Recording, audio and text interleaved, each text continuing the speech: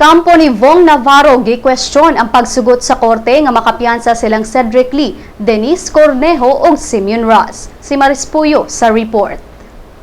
Kampo ni Vhong Navarro gi-kwestyon ang pagsugot sa Taguig City Regional Trial Court nga makapiyansa sila si Cedric Lee, Denise Cornejo ug Simon Ross sa kasong kalabot sa giingong pagkulata sa aktor niadtong Enero ning tuiga. Si Alma Malonga, abogado ni Navarro, niingon nga ilang kwestiyonon ang resolusyon sa korte ug ilang padayunon ang tanang remedyo aron sa pagtarong sa sitwasyon.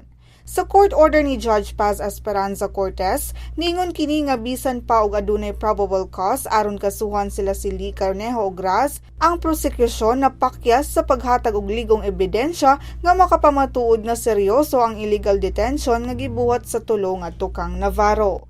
Ang Taguig City Regional Trial Court Branch 271 nagbutang og piyansang 500,000 pesos matag usan nila ni Lee, Cornejo ug Ross. Si Lee ug Ross naapakaron sa Taguig Jail samtang si Cornejo gidetain sa PNP headquarters sa Camp Crame, Quezon City.